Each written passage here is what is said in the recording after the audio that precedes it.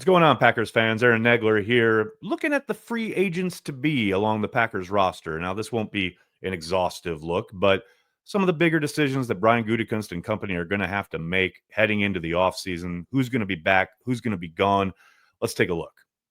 First up, we've got Eric Stokes, the veteran corner who fought through some major injuries just to get back out on the field. You tip your cap in that regard, but it hasn't been a success. No matter how you look at it, the man hasn't had an interception or a pass breakup since his rookie season, a rookie season that was filled with promise, but it has been anything but fulfilled since that year.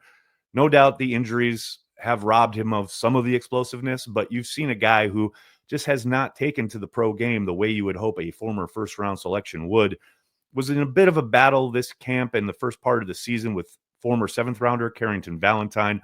Never really distinguished himself. No doubt found a spot as a depth piece, a rotational guy in the dime packages.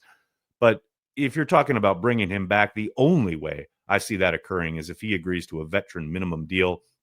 I don't think he does. I think he hits the market and someone somewhere pays him for his services as a rotational guy in a way that's just not going to happen in Green Bay. Next up, we got center Josh Myers, who forever lives in the shadow of the fact that he is not Creed Humphrey. Packers fans well remember the fact that the Packers took Myers instead of the consensus overall best center in that draft in Humphrey, who's gone on to a phenomenal career in Kansas City. But all of that said, Myers is better than most Packers fans think or give him credit for. He has been part of an offense that has operated at a very high level.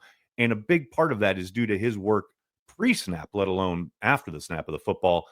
Now, that said, he is way too inconsistent, and the Packers have a lot of decisions to make as far as who to pay along the roster, but also along the offensive line. I can't see them giving Myers a second contract when they have to pay Zach Tom, along with a few other guys. I don't see Myers back in Green Bay. I do think they'll say, please hit the market, and if you don't find what you like, you'll be welcome back at our number. But I think much like we saw with John Runyon last season, he'll hit the market and he'll get paid early by a team looking for a center. Next up, we've got defensive tackle TJ Slayton, the former fifth-round pick out of Florida, is coming off a pretty strong game against the Eagles in the playoff loss and was a major component to the Packers' run defense really improving in 2024.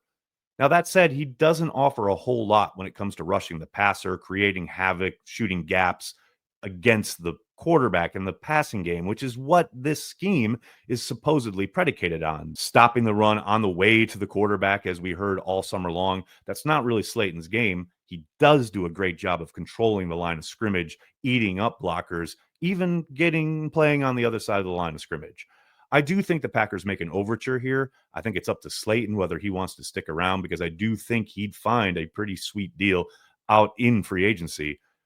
I suspect he'll be back, and the Packers will have him back in the fold prior to the start of free agency. But this is one that bears watching, because I do think it comes down to whether Slayton wants to stick around in Green Bay or wants to test the waters in free agency, where I think he would get a pretty decent payday. Next, we'll look at Eric Wilson and Isaiah McDuffy, two inside linebackers who played a bunch, especially McDuffy early in the season.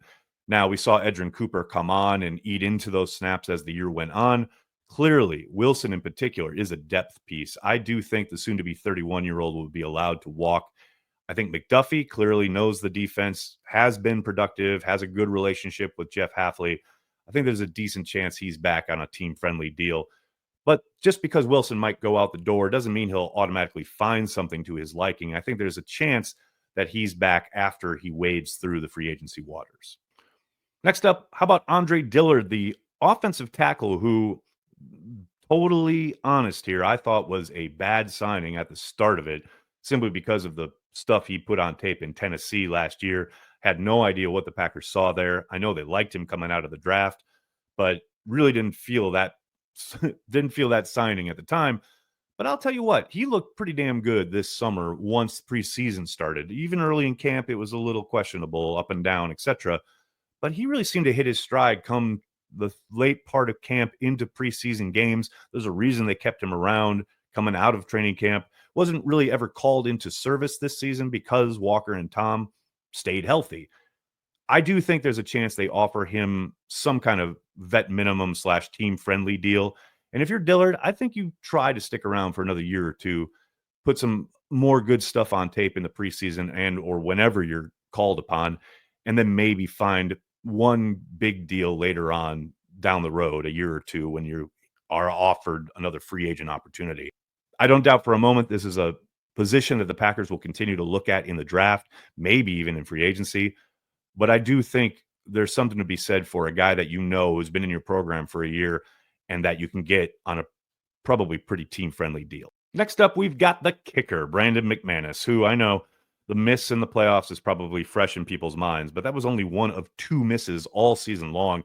And he sure seemed to look the part as far as a cold weather kicker. It's something he's done for most of his NFL career, kicking in the elements. He should have had that game winner against the Bears if the coaching staff doesn't screw it up there at the end. But that tells me that that's the kind of guy you want to keep and have him stick around in Green Bay. There's no kick that seems to be too big for him. Again, the elements don't seem to be an issue. That's what you want at Lambeau Field late in the year. I suspect the Packers lock him up long term. Finally, we got A.J. Dillon, the veteran running back, who was a bit of a surprising re-sign last summer. I thought he looked really good in training camp prior to suffering that stinger that shut him down for the season even before the year began. 2 stingers inside of 9 months does make you kind of raise your eyebrows a little bit. But AJ seems to be hell-bent on continuing to play. I know there have been some recent quotes attributed to him talking about how he's raring to go. He's got to be looking at this Packers offense thinking, where was all this power running when I was being asked to do zone stuff out of the gun back in the day? I do think he'll catch on somewhere in the league. I don't think he's going to be back with the Packers, despite the fact that, yes, he's really endeared himself to the fan base. Absolutely love him as a dude. But I can't see the Packers making a commitment there financially. I think they move on from A.J. Dillon. What do you guys think? Let me know in the comments below. Who do you think stays, goes, etc.? And then tell your friends and tell your family. CHTV, we are devoted to Green Bay Packers fans worldwide.